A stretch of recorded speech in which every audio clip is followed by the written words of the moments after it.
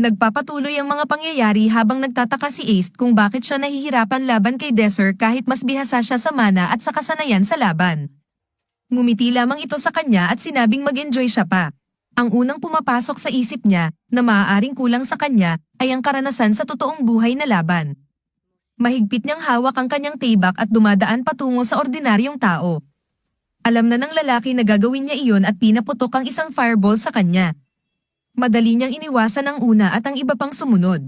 Ang Magic Knight ay sumalag sa malakas na pag-atake mula sa itaas, ngunit si Desser ay nag-unleash ng isang punyal at pinalakas ang kanyang lakas. Ibinabangon niya ang strike sa kanyang kagulat-gulat na sorpresa. Si Desser ay natutuwa na inakala ni Ace na hindi siya marunong gumamit ng espada. Tinuloy niya ang kanyang atake, itinulak siya pabalik ng mabilis. Hindi binigyan ng banal na kabalyero ng pagkakataon na makabawi habang patuloy na itinutok ni Ace ang presyon. Si Desser ay may sakmura lamang ang kanyang espada, at sa bawat pagkakamali, si Ace ay labis na nagtataka kung bakit hindi siya makabuno. Naghiwalay sila pagkatapos ng mabagsik na palitan. Nagbigay siya ng kakaibang ngiti at tinanong siya kung enjoy ba siya. Nakakita siya ng kakaibang bagay sa paraan ng pagtatanong niya. Ipinaliwanag niya na dapat masaya para sa kanya ang makipaglaban sa isang kalaban na hindi madaling matalo. Alam na ng lalaki mula sa alternatibong hinaharap na palaging malamlam ang mukha niya dahil hindi siya naduduwag ng mga laban. Hindi niya alam kung gagamitin niya ang salitang masaya, ngunit inamin niya na may determinasyon siyang talunin siya sa laban na hindi pa nangyayari noon. Lalong ginanahan si Desser sa kanya sa pagsabing labanan siya ng buong lakas. Sumang-ayon si Ace at pinalabas ang malaking dami ng magic upang likhain ang Frozen Throne. Si Desser ay natrap sa isang Winterland, ito ay kinilala niya bilang Vision Magic at inamin niyang ito ay hindi niya kayang baligtarin. Itinaas niya ang kanyang espada sa lupa at umupo sa Frozen Throne. Sa isang mabilisang pag-ikot ng kanyang palso, siya ay may kontrol sa lugar at nagtatawag ng hindi makatutuhanang dami ng magic circles. Desser ay alam na kayang gamitin ni Ace ang kanyang magic nang walang limitasyon sa nasabing frozen area. Ang mga circles ay nagpapaputok ng mga yelo, ngunit swerte para kay Desser, kaya niyang baligtarin ang mga ito, kaya sinimulan niyang gawin ito. Sumusaman si Ace ng mas marami, at ginagawa niya rin ang pareho. Ang kanyang frustrasyon ay patuloy na lumalaki dahil patuloy na binabaligtad ng lalaki ang lahat. Hindi gumagana ang kanyang magic, at hindi niya maabot ang kanyang espada. Tumingin siya sa kanyang espada at nakita ang kanyang sariling refleksyon. Sa mga stimulus at ideya na ito, nagpa siya siyang pahigpitan ang magic energy ng Frozen Throne sa kanyang espada. Para sa unang beses sa labang ito, may takot na mukha si Desser. Ito ay napalitan ng ngiti habang tinatawag si Ace na kahanga-hanga. Ang atensyon ay lumipat sa ibang laban sa ibaba habang sina Pram at Donetta ay nagtutulungan para sa isa pang sagupaan at natatalo ang nobleman sa palitan. Ang sipa na iyon ay nagbigay sa kanya ng tamang kaisipan at humingi siya kay Peric Cable na bumalik sa laban at tulungan siya sa pagtambas sa mga commoners. Inihagis ng Redhead ang kanyang tibak kay Pram na ito ay binabalye. Ito ay kumuha ng atensyon mula kay Donetta na pumasok at umatake kay Romantica. Hinailan ni Peric Cable ang kanyang tibak mula sa himpapawid at dumadaan patungo kay Pram. Kanilang inasahan na guluhin ang dalawang commoners, ngunit inayos ni Romantica ang sarili at sinabihan si PR na umiwas, na nagbibigay daan sa kanya na tansyahin ang mga ito gamit ang hangin blast sa point-blank range. Hindi ipinakita ang resulta habang bumabalik sa laban ni Desser. Isang magic circle ang unang sumasaklaw sa kanyang espada na nagiging isang popsicle. Ibinunyag ni Desser na ito ay isang magic sword, ang ultimate attack method na maaaring gamitin lamang ng Magic Knights. Karaniwan, ito ay tumatagal ng mga 10 taon upang mapamahalaan, ngunit tila ba na ikumpakta ni Ace ang dekadang iyon sa isang kislap ng mata. Sinubukan ni Desser na baguhin ang takbo niya gamit ang ilang earth magic, ngunit isang galaw lamang ng kanyang espada ay nagpapalamig na dito. Sinubukan niyang gamitin ang isang fire spell, ngunit tinapos ito ni Ace habang papalapit. Ang banal na kabalyero ay pinaikot ang kanyang punyal at dinala ang kanyang espada sa kanyang leeg. Ang kanyang mukha ay nagliwanag sa ideyang ang tagumpay ay wakas na sa kanya. Ngunit huminto siya sa kanyang pagmamayabang nang ma-realize niyang aktibo ang inversing spell nito. Ito ay naging malinaw nang malunod ng kanyang magic ang buong tornilyo. Agad na ibinunyag ng tagapagsalaysay na na-clear ang misyon at ang mahikang kapangyarihan ng nakaraang clock tower ay nasupil. Ito ay nagtatapos sa final round ng ranking tournament. Ang mga tao'y umaatungal habang si Desser ay binanggit bilang ang taong pumasa sa misyon, ginawad siyang tagumpay. Si Bridget ay palakpakang masaya sa pagkapanalo ng mga commoners, ngunit hindi ito tinago ni Furman ang kanyang disgusto, itinapon ang kanyang mahikang baston sa lupa tulad ng isang spoiled brat. Tinanggihan niya ang pagtanggap sa resulta. Ang mga propesor ay nagtitipon mamaya upang talakayin ang resulta ng torneo. Sinuspinde ni Furman si Bridget ng dayaan sa pagbibigay ng mga senadorya sa mga commoners kung paano lutasin ang Shadow World, ngunit hindi sumasang-ayon ang iba dahil wala namang ebidensya. Sinusubukan niyang hingin ng isang investigasyon, ngunit ito ay parang walang naririnig. Ang mga assistant ng headmaster ay nagtataglay ng kaayusan sa pulong. Iniulat nila na ang headmaster ay mayroon ng napiling 9 na single rankers. Ang listahan ay inilalatag sa harap ng mga propesor upang talakayin. Samantalang yun, sina Desser at Ace ay nag-uusap matapos ang laban kung saan kinikilala niya ang kanyang lubos na pagkatalo. Agad silang sinalubong ni na Romantica at Pram, na medyo may pagkamuhi sa banal na kabalyero. Na-inspire si Ace sa interaction ng party habang pinupuri sila ni Desser sa kanilang tagumpay sa final round. Siya'y nagpaumanhin dahil mayroon siyang pagpupulong kay Furman. Bago siya umalis, tinanong niya si Desser kung pwede siyang sumama sa kanilang pagsasanay. Binigay niya ang lugar at oras, at nagprotesta si Romantica sa kanyang desisyon. Ang mga commoners ay may sarili ring pagpupulong na dapat puntahan. Binati sila ni Bridget sa kanilang tagumpay at ibinigay sa kanila ang isang cake mula sa pinakakilalang bakery sa kaharian na may 3 taon na waiting list. Bago sila kumain, inihayag niya sa kanila na silang 3 ay naging single rankers at itataas sa 5 bilang na alpha class. Nag-enjoy ang party sa cake, at nag-flashback si Bridget sa kung paano siya tinanong ng batang mahiyain na si Desser na turuan siya ng magic. Iniisa-isa niya ang lahat ng pagsasanay at nagpapahayag kung gaano kahusay siya lumaki. Ang 3 commoners, na ngayon ay itinaas sa alpha class, nagpa siya na ipagdiwang ang kanilang tagumpay sa pamamagitan ng pagkakaroon ng isang araw ng saya sa mall, simula sa pamimili ng damit. Tumutok ang 2 lalaki habang tinitignan si Romantica na sinusubukan ang iba't ibang outfits. Hindi siya nakakakuha ng sagot na gusto niya mula kay Desser, kahit sinabi niyang maganda siya sa lahat ng kanilang sinusubukan. Gusto niyang gawing malaki ni Desser ang paghanga sa kanya tulad ng isang top-grade simp na may straight A's sa kategoryang Simpology. Ngunit ang kanyang katangahan ng ngiti ay nawala sa kanyang mukha nang ma-realize niyang lahat ng papuri ay nakatuon kay Pram. Gusto ni Desser ng tie, ngunit si Pram ang gumagawa ng desisyon para sa kanya.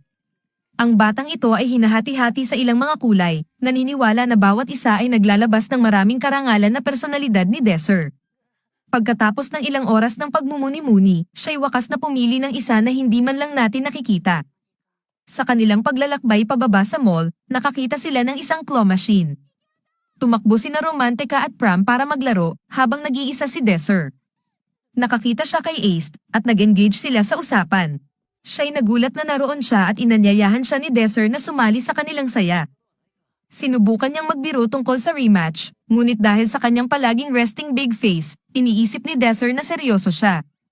Sinubukan niyang linawin, ngunit panyanatag siya ni Ace. Naglakad ang 2 papunta sa iba. Ang masayang mukha ni na Romantica at Pram ay naging galit at di paniniwala nang makita si Ace sa kanilang gitna. Ngunit nag-iba ang mood ni Pram nang siya'y buhatin at ilagay sa tabi ni Desser. Ngayon na silang lahat ay magkakilala, binubuo ng grupo ang mga pares para maglaro ng air hockey. Hindi masaya si Pram sa kanyang kasama dahil, syempre, gusto niyang maging kasama si Desser. Si Romantica ay binibigyan ng inspirasyon ng kanyang kasama dahil kalaban nila ang pinakamahusay sa akademya pagdating sa mahika at espadahan. Nagsimula ang laro, at tulad ng totoong anime sa estilong Hapones, nagkaroon sila ng pinakalabas-labas na laro ng air hockey na nagpapakita ng kanilang mahikang kakayahan. Kapag natapos na ang kanilang saya, nagpaalam si Ace matapos silang pasalamatan sa pag-anyaya sa kanya dahil siya'y nagkaroon ng magandang oras. Si Romantica ay natutuwa na wala na siya at naniniwala na hindi na nila siya muling makakasalubong. Pero ipinaalala sa kanila ni Desser na magtatrabaho si Ace kasama nila sa pagsasanay. Sinabi rin ni Pram na dahil nasa alpha class na sila ngayon, mas madalas na nilang makikita si Ace. Kinabukasan, sina Romantica at Pram ay nasa harap ng pinto ng alpha class upang tignan ang lahat ng kaharian na kanilang bagong lugar ng pag-aaral. Hindi sila makapaniwala kung gaano ito kaharap at nagpapahayag kung gaano kalaking hakbang ito mula sa beta class. Ngunit bago pa man nila maunawaan ang lahat, Pinutol sila ni Desir sa paalala na ang kanilang pribadong pagsasanay bago ang klase ay dapat nang mangyari. Bagaman hindi nasisiyahan si Romantica sa balitang ito, umakyat ang tatlong ito sa itaas, kung saan sumama si Ace, na hindi kalugod-lugod kay Romantica. Nagsimula ang pagsasanay, at lahat sila'y pinagbubutihang mabuti ni Desir. Sa dulo ng practice, sobrang na-impress si Ace sa kakayahan ni Desir na baguhin ang estilo ng pagsasanay upang maayon sa bawat lakas ng bawat isa batay sa kanyang analysis. Pinahahalagahan niya ang pagsasanay at patuloy sa kanyang mga klase sa umaga. Si Romantica ay nagrereklamo sa sahig tungkol sa kung gaano sila kahigpit na binubusog na yung maaga bago ang mga aralin, ngunit ipinaalala sa kanya ni Desir na hindi na sila marami pang oras. Ang susunod na laban ay tunay na laban, at kung hindi sila magiging mas malakas, may mataas na posibilidad na may masamang mangyari na maaaring magresulta sa kanilang kamatayan. Ang dalawang mag-aaral ay nagpapatibay ng kanilang pananampalataya sa kanya at itinataguyod siya na gagawin ang kanilang makakaya. Sa kalaunan sa klase, inuulit ng guro sa mga mag-aaral ang walang tigil na laban sa pagitan ng mga tao at ang shadow world. Ang kalamidad na nag-uulit taon-taon ay may patuloy na negatibong epekto sa mundo, at bilang resulta, ang erosyon ay nakakain ng kalahati ng kontinente. Bagaman ang rate ng tagumpay sa paglilinis ng shadow world ay 99.9%, nagtagumpay silang pigilin ang kontaminasyon mula sa shadow world dahil sa kapangyarihan ng mahikang mga gem. Ang mga gemang ito ay naglalaman ng kahangahangang dami ng mahika na lumilitaw sa anyo ng kristalisadong mana kapag nalinis na ang isang shadow world. Ngunit ang kapangyarihan sa loob ay hindi magamit sa kanyang raw na anyo. Kaya bilang resulta, ang teknolohiya upang proseso at gamitin ang kapangyarihan ng mga gem ay na-develop sa Magical Tower 50 taon na ang nakakalipas. Ang tagumpay na ito ay naging pangunahing dahilan sa pag-usbong ng maraming teknolohiya na ginagamit sa mundo ngayon. Pagkatapos ay lumingon ang guro sa klase upang tanungin sila kung sino ang nag-imbento ng teknolohiya. Nakakita siya kay Romantica na natutulog, kaya't itinutok niya ito upang sagutin. Siyempre, dahil masaya siyang nagbilang ng mga tupa, hindi niya alam ang sagot. Kaya si Desir, na nakaupo sa kanang bahagi niya, bamulong ng sagot sa kanya. Ipinahayag niya ang sagot ng may tiwala, at kinumpirma ng guro ang kanyang sagot na tama. Sumabog ang kampana, nagpapahayag ng katapusan ng klase. Habang iniipon ng guro ang kanyang mga gamit, lumapit si Desir at ang kanyang party at nagpakilala bago humingi kay Professor Prelude ng tulong. Natagpuan nila ang tamang lugar upang pag-usapan ang kanilang isinasaalang-alang. Iniisip niya na gusto nilang humingi ng suporta para sa kanilang partido, kaya't ini-inform sila niya na bagaman ang bawat partido ay may karapatang tumanggap ng suporta mula sa parehong Magical Tower at Akademya, matagal nang lumipas ang deadline. Kung iyon ang kanilang hinahanap, masyado nang huli. Pero pinatitiyak ni Desir na hindi iyon ang layunin ng kanilang pagpupulong. Iniabot niya sa kanya ang isang form ng kahilingan na ang kanyang partido ay dapat maging bahagi sa pangangalaga ng Magical Tower. Sa totoo lang, alam niya na maaaring magtalaga ang akademya ng isang partido upang tupdin ang isang kahilingan, kaya nais niyang maisakatuparan ang kahilingang iyon. Ini-reject ng propesor ang form dahil wala siyang rason na tupdin ang kahilingang iyon. Tinanong siya niya kung ano ang nagtulak sa kanya na ito ay gawin. Nagsimula si Desir sa pagsasabi sa kanya na alam niyang may isang mahikal na bato na tinatawag na Tear of Regeral na nakaimbak sa Heli Branch, na ikinagulat niya dahil hindi niya dapat alam ang gayong impormasyon. Nagsalita pa siya at sinabihan siyang may mga taong kilala bilang ang mga authors ang magtatangkang nakawin ito sa loob ng 10 oras. Gusto niyang maunawaan kung paano siya may kaalaman dito, ngunit ipinaliwanag sa kanya ni Desir na wala ng oras para dito dahil kung hindi gagawin ng anuman, ang mahikal na bato ay mauubos. Kaya't hinihimok niya ito na magsumite ng kahilingan. Ibinukot natin sa city-state ng Altia 10 oras mamaya, kung saan matatagpuan ang pangunahing tanggapan ng Magical Tower. Ang isang nagmamadali na tagapagbigay alam ay nagbukas ng opisina ni Master Zod para ipaalam sa kanya ang balita na ang Heli Branch ay inatake. Lumakad siya patungo sa kanyang magic tablet at nag-review ng kahilingang ipinadala. Nagtataka siya kung sino si Desir, na nagtatapos sa kaganapan ng episode. Ang kwento ay nagpapatuloy isang gabi nang may isang lugaw na lalaking may suot na kaputso na nagtatakbo sa kalsada, nakakapit sa isang supot ng tinapay. Ang lalaki ay naziko si Master Ken at nahulog sa lupa. Gayunpaman, ginamit ng malaking tao ang kanyang mahika upang hindi malaglag ang tinapay sa sahig. Humingi ng paumanhin ang lalaking may kaputso para sa kanyang pagkakamali, ngunit siniguro siya ni Ken na okay lang. Mas nababahala siya na baka masaktan ang lalaki nang siya'y mahulog. Nag-aalok pa nga si Ken ng tulong para bumangon at nagtataka kung bakit nagmamadali ang binata sa oras na iyon ng gabi. Iniulat ng binata na nagugutom ang kanyang mga kapatid at naghihintay sa kanya na bumalik na may dalang tinapay. Nagmungkahi si Ken na bumilis siya at umuwi, nagbabala sa binatang hindi ligtas para sa kanya na lumabas sa oras na iyon. Inilagay niya ang tinapay sa sahig at tinapak-tapakan ito sa pagkagulat ng lalaking may kaputso. Ginamit niya ito bilang halimbawa at umalis habang ang lalaki ay nagluluhang lumuluhod. Isa sa kanyang mga tauhan ay lumitaw at nagtanong kung gusto ba ni Ken na alisin ang binata dahil sa kanyang kasulatan, ngunit sinabi niya na hindi. Ang Panginoon ay nawawala sa usok habang patuloy sa isang mahikal na tore sa kalayuan. Tumitingin ang lalaking may kaputso ng may ngiti. Dumating si Ken sa pinto ng gusali at pinalitan ang kanyang sombrero ng isang maskara bago mag-utos na magsimula ang kanilang misyon. Isang hukbo ng mga taong nakamaskara ang sumulpot sa likod niya. Itinaas ng Panginoon ang kanyang kamay para sa isang pagsasanay ng mga fireball at ang isa pang grupo para sa ice blast sa istruktura. Ito ay nag-activate ng depensa ng mahikal na tore habang tinatamaan ng serye ng mga ensayo ang shield. Alam ni Ken ang lakas ng kanilang depensa, gayunpaman, alam rin niyang ang shield ay hindi kayang depensahan ang dalawang klase ng atake ng sabay-sabay. Ipinadala niya ang isang unit na pisikal na atakihin ang barikada. Sabay-sabay ito nagdulot ng pagguho ng barikada. Pagkatapos ng maikling panahon, bamukari ng pangunahing gate, nag-uudyok sa mga pumasok na dumagsa, kung saan sila'y sinalubong ng seguridad ng tore. Nagbibigay ng mga utos ang Panginoon para sila'y makipaglaban, at habang kanilang ginagawa ito, napansin ni Krian na may suot na mabibigat na protective armor ang mga gwardya. Binaliwala niya ito sa ngayon at nagpatuloy sa kanyang pag-advance kasama ang kanyang mga gwardya. Nakalusot sila sa gitna ng labanan gamit ang kanilang dinakikitang mahika. Gayunpaman, medyo nababahala pa rin si Ken sa antas ng pagiging handa ng seguridad. Ang kanilang reaksyon ay tila nagpapahiwatig na may mali. Ang pagdating sa kanilang destinasyon ay huminto sa kanyang pag-iisip. Pumasok sila sa isang malaking hall na may nakasara na item na inilalagay sa ilalim ng isang barikada. Ang ilan sa kanyang mga gwardya ay nagtatangkang tibagin ang barikada at nabigo. Iniutos ng Panginoon na umurong sila habang ginagamit niya ang kanyang malakas na earth magic upang sirain ang shield at personal na buksan ang lagusan. Ang Tear of Red Journal, na isang mataas na ranggo ng magic gem, ay ipinakita bilang ang item na nasil. Tumutok si Ken upang kunin ito nang biglang may nagsalita na nag-utos na itigil sila at tinawag ang grupo bilang Outers. Lahat sila'y bumalik upang salubungin si Pram na may hawak na espada. Idinagdag niya na nais din niyang sumuko sila. Nagulat ang mga nagtaguyod sa pagkakakitaan ng isang bata at nagtataka kung bakit siya nasa labas pa ng kanyang oras ng pagtulog. Kinuha ni Ken ang gem at inilagay ito sa kanyang jacket. Gusto malaman ng Panginoon kung paano natutunan ni Pram ang pangalan ng kanilang grupo sa isang tingin lamang. Makikita ng bata na malakas ang kanilang leader. Inuutusan lang ni Ken ang kanyang mga tao na alisin siya, ngunit si Pram nang hindi gaanong pagod ay umiiwas at binubura ang kanilang mga atake. Ang munting pagtatanghal niya ay nakakapukaw ng interes ni Ken.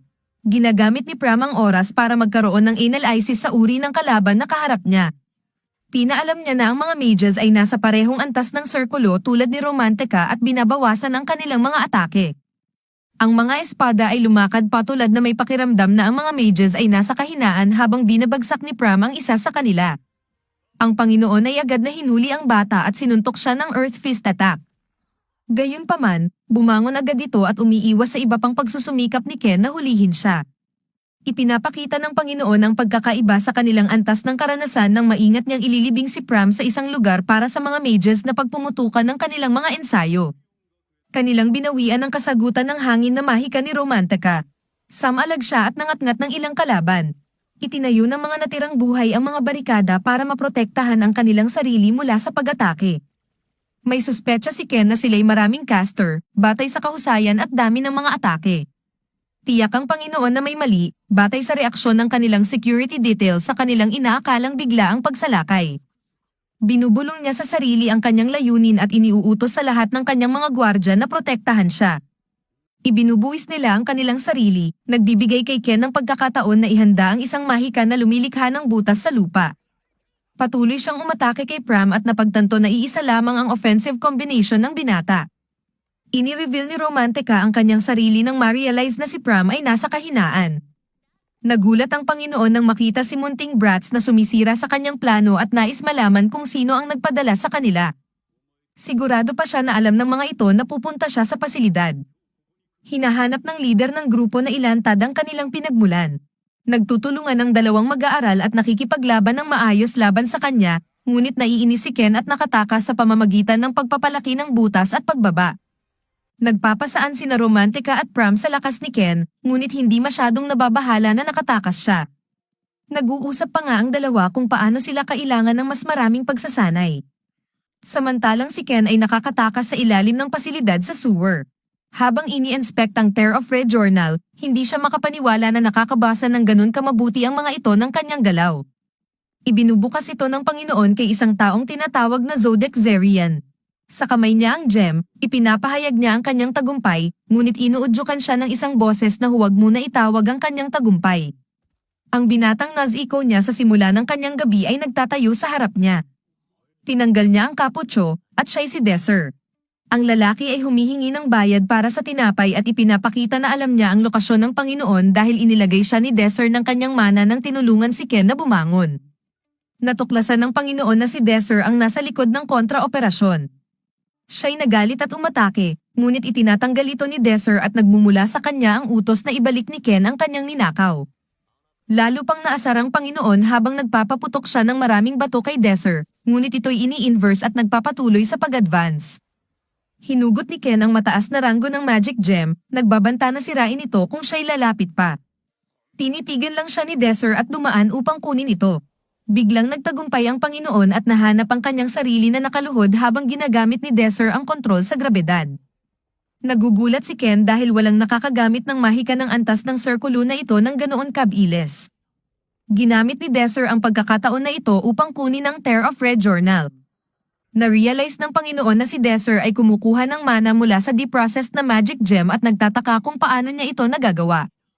Ina-ignore ng binata ang kanyang tanong at itinaas ang intensity ng magic ng grabedad.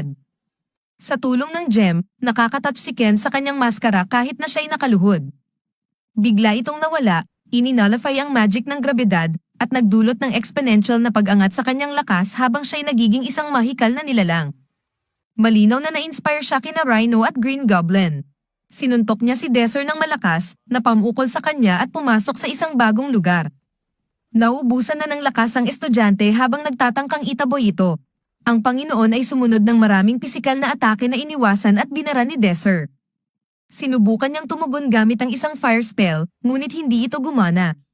Ang estudyante ay itinulak pabalik gamit ang Earth Fist. Inilahad ni Ken na kayang gamitin ang kanyang Earth Magic sa anyong ito. Binigyan ng Panginoon si Desir ng opsyon na harapin ang kanyang kamatayan gamit ang mahika o kamao. Hindi niya binibigyan si Desir ng oras na baguhin ang kanyang spell na nagbibigay daan sa kanya na durugin ang binata sa himpapawid. Ipinatawag niya ang ilang spikes na lupa upang tikman siya, ngunit wala sa plano si Desir na maging isang kebab at in-inverse ito. Nagdesisyon si Ken na tapusin ang laban sa pamamagitan ng paglikha ng isang kahangahangang Earth Hammer na hindi nagtagumpay na inversihin ni Desir sa kanyang unang subok. Ang Panginoon ay umatake ng agresibo, ngunit itinayo ng estudyante ang ilang magic shields upang ipagtanggol ang sarili. Ang unang layer ay bumagsak sa pag-atake, ngunit nagresista si Desir na nagdulot ng isang pagsabog. Iniisip ng Panginoon na si Desir ay nakaharap na ang kanyang kamatayan at nagsimulang tumawa, ngunit biglang natigil ito nang magiba ang kanyang sandata sa kanyang kamay. Makikita ang estudyante habang naglalagaslas ang alikabok na may aktibong spell. Ipinakita ni Desir na kailangan niya ng kaunting oras pa upang matuklasan ang spell dahil ito'y napakarami. Nang walang pakialam, siya'y nagsimula ng inversihin ang kanyang pagbabago, nagpapatakbo kay C na subukan ang isang huling atake. Si Desir ay nag-aambag ng kapangyarihan mula sa gem at nagpaputok ng mataas na antas ng fireball spell na ikinatumba ang Panginoon bago ito tuluyang mawalan ng malay. Nais ni Ken malaman ang pagkakakilanlan ni Desir. Kaagad pagkatapos, dumating si Pram at si Romantika at niyakap siya. Ipinakita niyang ligtas siya. May isang hindi kilalang tao na nakatingin sa buong pagkikita mula sa mga anino at biglang nawala. Ngayon natapos na ang lahat, ilang araw ang lumipas, at si Desir ay natagpuan ang sarili sa puno ng Magical Tower. Nagulat ang assistant na hiniling niyang makipaglaro ng chess si Desir laban sa Panginoon ng Magical Tower bilang kanyang gantimpala para sa pagprotekta sa Tear of Red Journal. Ang mas nakakagulat pa ay ang Panginoon ay tumanggap ng kanyang hiling at dumating sila sa silong ng Magical Tower Boss. Tinuro niya kay Desir na pumasok dahil siya'y hindi pinahihintulutan na magpatuloy at nananawagan ng assistant na maging maayos ang kanyang ugali. Inihatid si Desir ng kanyang mga bisita at siya'y ini-welcome ng boss na si Zodiac Zerian, ang taong itinuturing ni Ken na may pakana sa counter operation. Sa kasalukuyan at sa alternatibong hinaharap, walang duda na si Zod ang pinakamalakas na mangkukulam. Siya rin ay isang mahalagang kaibigan ni Desir sa hinaharap. Napansin ng boss ang itsura sa mukha ng estudyante, ngunit ipinaalam ni Desir na kinakabahan siya. Inialok siya ni Zod ng upuan at humingi ng paumanhin dahil may kulang-kulang na kalahating oras lang siya para sa kanilang laro, dahil may pulong siya pagkatapos nito. Ang pagpili ni Desir na maglaro gamit ang herbal na paraan ay nakakakiliti kay Zod dahil hindi maraming tao ang nakakaalam kung paano maglaro sa ilalim ng mga patakaran na iyon. Binago niya ang mga piraso upang maging tugma sa pagbabago sa mga patakaran. Nalaala niya kung paano siya tinuruan ni Zod na maglaro noong kanilang mga laban sa Shadow World. Habang nagsisimula ang kanilang kasalukuyang laro, nagbibigay si Zod ng komento sa kanyang kasanayan ngunit nakikita niyang may puwang pa para sa pagpapabuti. Nagpasya si Desir na magkaroon ng pastahan kung saan ang talo ay dapat magbigay ng isang kahilingan ng nagwagi. Tiyak si Zod na hindi kayang tukdin ng isang estudyante ang kanyang kahilingan, kaya't hindi ito nakikinabang sa pagsasaayos na ito. Napansin ni Desir ang ilang hindi naayos na mga gem sa kanyang mesa at nagmakaawa na hiramin ng isa, kaya't pinayagan siya ng boss. Siya'y nagulat nang makita na ginamit ng estudyante ang gem kahit na ito'y hindi pa naayos. Inuutusan ni Zod na ipaalam sa kanya kung paano niya ito nagawa, kaya ginawa ni Desir ang sagot na kanyang pastahan. Tinanggap ng boss at itinanong kung ano ang nais ni Desir bilang kapalit ng kanyang tagumpay. Nangako ang estudyante na sasabihin niya ito kapag siya ay manalo. Sa gabing iyon, nagtitipon ang mga miyembro ng Blue Moon sa villa ni Fergan para sa isang salo-salo. Si S ay nag-iisa sa labas, kaya't inirerekomenda ng guro na pumasok siya upang tulungan sa pag-aliw sa mga tao at mapawi ang hindi kagandahang balita na natalo siya sa ranking tournament. Ngunit tahasang sinabi niyang wala siyang interes na ipagwalang bahala ang mga chismis dahil totoo naman ang mga ito. Ito ay nagpapagalit sa guro na naguutos sa kanya na umalis kung may reklamo siya sa kanyang galit. Iniisip niya ang party ni Desir at agad na iniwan ang Blue Moon, inihagis ang kanyang badge sa sahig at naglakad palayo. Kinabukasan, nagtitipon ng mga commoners na may isang rank para sa isang debriefing hinggil sa kanilang counter operation laban sa Otter. Pinuri ni Desir ang kanilang performance sa pagkuha ng Tear of Red Journal. Nagsabi si Romantica ng tapat sa kanilang leader na wala silang tsansa ni Pram laban kay Ken, na nagpaparamdam sa kanila na kailangan nilang maging mas malakas. Sumang-ayon si Desir, ngunit nagtataka si Pram kung bakit gusto niyang maging sobrang lakas sila. Ini-inform siya ng guro na magiging iba ito kaysa sa mga simulation na kanilang naranasan sa akademya, at kung mabibigo sila, lalapit na ang daigdig sa kanyang kamatayan, at magtatagumpay silang lahat. Si Desir ay nagiging seryoso at tumatanggi na hayaang may mangyaring ganoon sa sinuman. Si Romantica ay tiwala na magiging totoo ang kanyang sinasabi, dahil hindi pa siya nagkakamali sa kanyang mga prediksyon. Siya ay labis na nalilito kung paano siya malakas kahit na nasa pinakamababang antas ng Magic Circle at nagtatanong kung sino siya. Si Desir ay huminto saglit at handang sabihin sa kanila, ngunit pinigilan siya ni Romantica dahil gusto niyang alamin ang lihim niya. Ano man ang mangyari, tiwala si Pram sa kanyang pagpapasya. Kaya't sa mga darating na araw, nagtatrabaho sila ng mabuti, nagtatraining at nagpapabuti ng kanilang mga kasanayan. Si Romantica ay pumapasok sa susunod na antas ng pagsasanay, si Pram ay kumuha ng instruktor sa paggamit ng espada, habang si S ay lumapit kay Desir upang mapabuti ang kanyang mga kakayahan. Matapos ang ilang pagsasanay, na-achieve nila ang kanilang mga layunin. May sandali sina S at Desir nang madapa siya at mahulog sa kanya. Maikli niyang ipinaalam dito na nasa kanyang pangangalaga siya. 13 araw pagkatapos, isang emerhensyang anunsyo ang ipinadala sa lahat ng mag-aaral na nagtuturo na ang isang Shadow World ay magpapakita, tulad ng inaasahan ni Desir. Ang nangungunang mag-aaral, kasama ang kanilang mga guro, ay nagsisimula ng kumilos. Si Romantica, Pram, at Desir ay nagbibihis ng kanilang combat uniform, at maganda silang tingnan habang nakatayo para pumasok sa Shadow World. Sumali si S bilang kanilang pinakabagong miyembro. Tinatanggap siya ni Romantica dahil hindi nila matutupad ang kanilang misyon nang walang kanya. Siguradong ang dahilan kung bakit siya dinala sa nakaraan ay upang iligtas ang mundo, ayon kay Desir. Ang grupo ay naglalabas ng sigaw ng pagtatangi habang inililipat sila na nagtatapos sa panahon ng season.